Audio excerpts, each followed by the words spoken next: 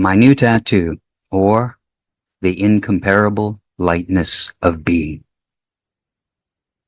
I got a new tattoo this summer on my left shoulder, which enthusiasts have told me is a place of honor. When I got my other tats, 4 Viking runes on my right shoulder, an Om on the back of my neck, the symbol for Svadhisthana, the name of the second chakra, at its site on my sacrum, an infinity sign on my left forearm and a quill pen on my right one, and the peace symbol and a heart on the backs of my hands, I didn't realize I was reserving such a revered spot. But once I decided what to put there, it seemed fitting. I provided an image to the tattoo artist as an inspiration. It's a photo I took in the congregation house at the Church of the Peyote Way, on the lands of the Chiricahua Apache in Arizona, in September 2022, while I fasted for 24 hours in preparation for a spirit walk on the equinox, during which I would consume a heroic dose of the plant medicine. The congregation house was filled with similar works of art. They depict a large black bird that's central to Native American mythology about the healing effects of peyote, among tribes not just in the desert Southwest, but across the Great Plains and into the Pacific Northwest. In the painting I sent to my tattoo artist, the bird rises into the air, its wings stretched wide, each ending in 5 pointy feathers. Inside its dark body, countless tiny dots of light shine out. At its heart, the crown of a peyote cactus, its potent button, points at the viewer. It's no wonder, after I inscribed the image so deeply into my consciousness during my fast, that it figured so profoundly into the most vivid vision I had during my spirit walk. As I sat before my fire at a remote campsite that night, gazing at the most stunning canopy of stars I've ever seen, here's what I experienced. First, the celestial lights formed constellations, connected not only by internal lines, but also by the external outlines sometimes added on sky maps to show what creatures they represent. They weren't just the standard creatures, and they fit together like a perfect jigsaw puzzle. The entire sky was a tight pattern of star creatures, each of which came alive. The entire sky was a mosaic of living, breathing star creatures. And somehow I had the undeniable felt sense the entire sky was at the same time one single living, breathing star creature. A beautiful metaphor for existence, literalized as the visible cosmos. As I gazed in wonder at this simultaneously discrete but unified field of life, the stars shifted.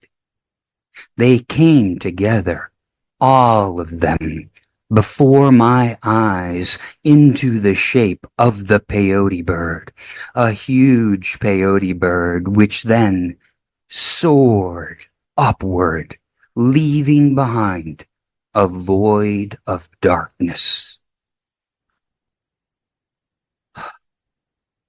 Not quite 3 weeks later, my aorta dissected, tore apart inside, an often fatal condition.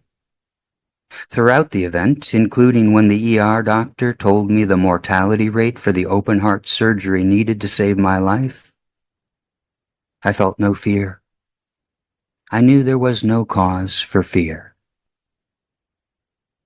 Rewind 1 year to the September equinox of 2021, when I set out on a 24-day, 6,000-mile, mostly solo road trip from Pittsburgh to Arizona and back. That experience not only inspired my spirit walk, but prepared me to face the imminent death of my body-mind without a trace of fear. I whet my appetite for the peyote trip with a low dose of mushrooms in the company of a Latina native healer who'd trained with a shaman. I met her in a natural hot spring in Jemez National Forest near Santa Fe, Nuevo Mexico. As I basked in lukewarm water, I noticed someone emerge from a hole in the rock wall, and I realized the spring contained a cave. Ever curious and ever adventurous, I entered the cave, nearly tripping over a woman's legs as she reclined against the wall near the opening. Once I settled against the wall on the other side of the cave, the woman extended her arm toward me, holding something in a loose fist. "I found this beneath the water," she said. "I sense it's meant for you." I opened my palm, and onto it she released the contents of her hand, a heart-shaped stone. I smiled and turned over my hand and placed the stone on the back of it to show her it aligned near perfectly with the heart-shaped tattoo there. She splashed her way over and threw her arms around me. 2 days later, we met up again in Taos and ate mushroom chocolates I'd brought on my road trip. Once the psilocybin kicked in, she taught me how to read souls. "Yours is all light," she said, "except for one tiny bit of sorrow."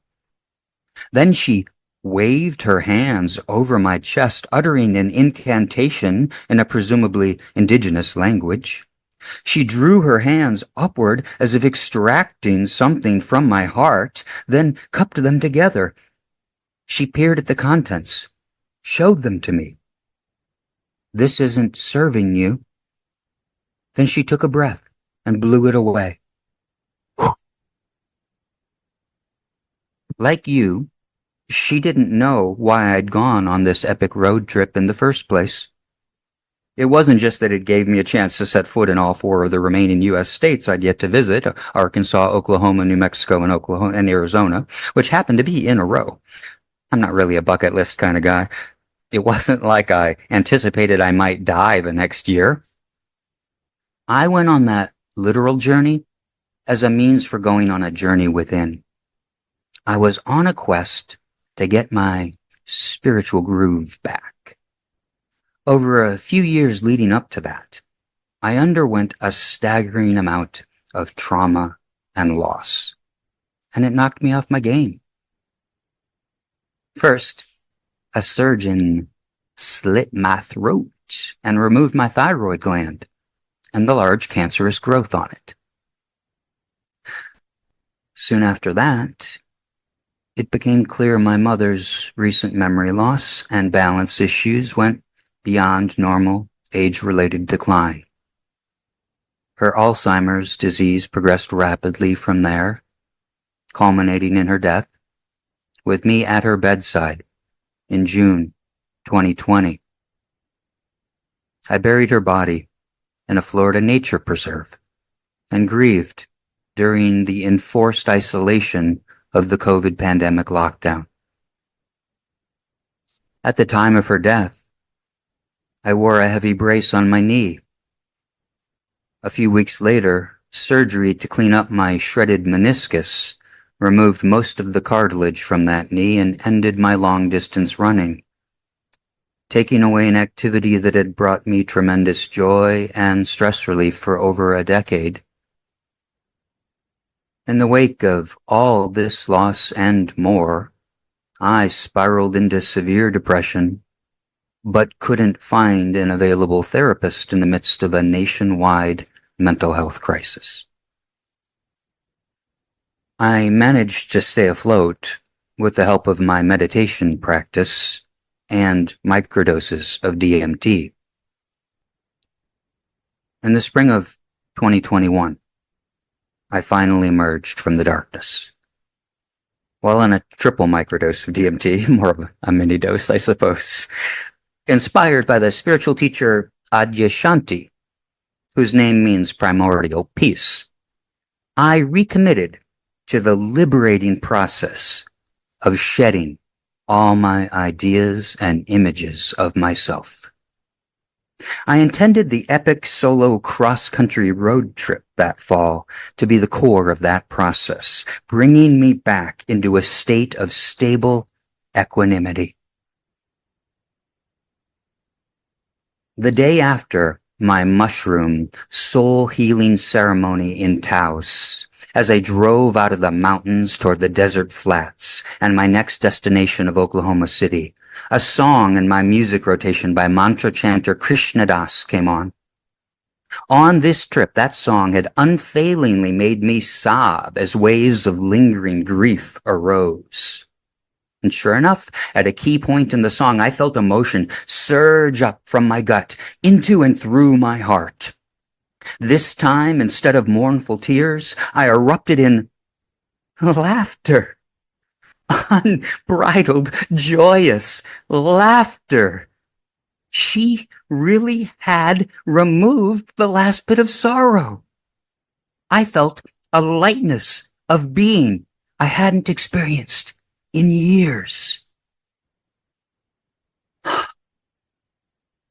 Several days later, as I sat on my meditation cushion, preparing for the final leg of my journey, the short drive from Cincinnati to Pittsburgh, I reflected on the openness, the spaciousness of being in which I'd abided for much of my trip. I felt free in a way I wondered if I'd be able to sustain in my ordinary routine at home.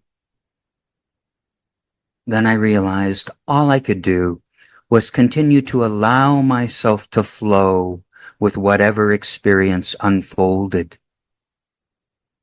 I practiced this flow state while driving that afternoon, perceiving other cars and drivers not as truly separate from me, but rather as discrete energetic forms within a single unified field. Much like the vision of the constellations I would have a year later.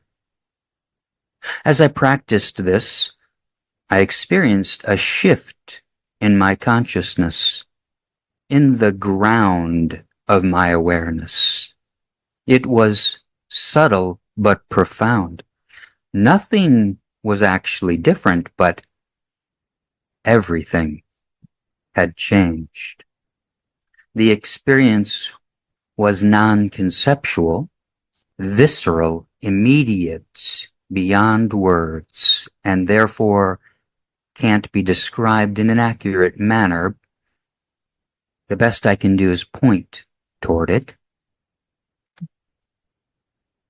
Imagine seeing the world in 3D plus. Imagine time and space no longer exist in your mode of perception, so there's no distance between you and other objects. Imagine everything you perceive possesses the quality of I-ness or me-ness that you typically associate with your physical body and sense of inner self, but not in an egoic way. There's no trace of ego.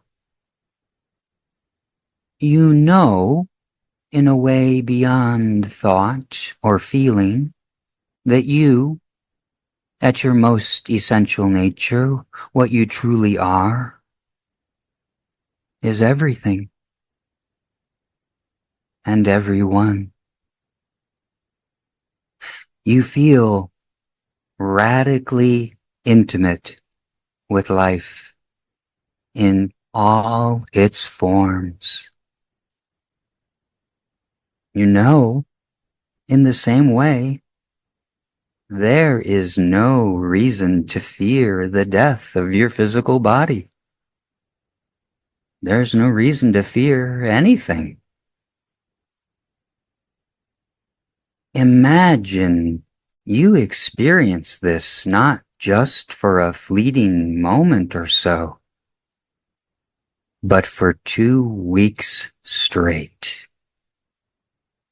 Imagine for 2 weeks straight, you abide continuously in the truth of your essence nature as the pure, conscious energy that pervades all things, even as you move through the world in a state of embodiment in radical intimacy with life, experiencing childlike wonder and awe at the most ordinary sensory perceptions, and feeling an incomparable lightness of being.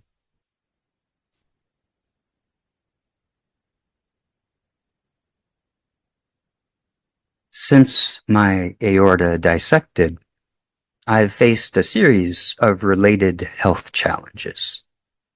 Living in this body often has not been easy.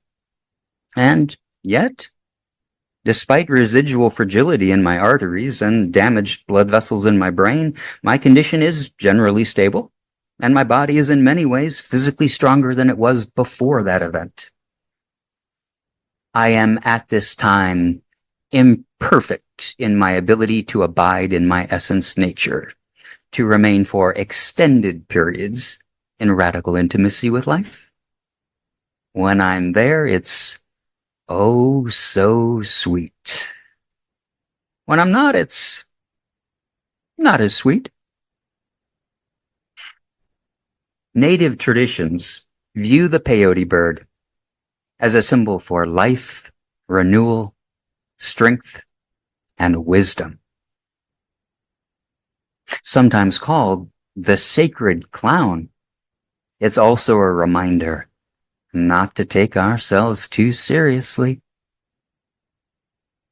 Indigenous cultures often incorporate the symbol into ceremonial healing practices.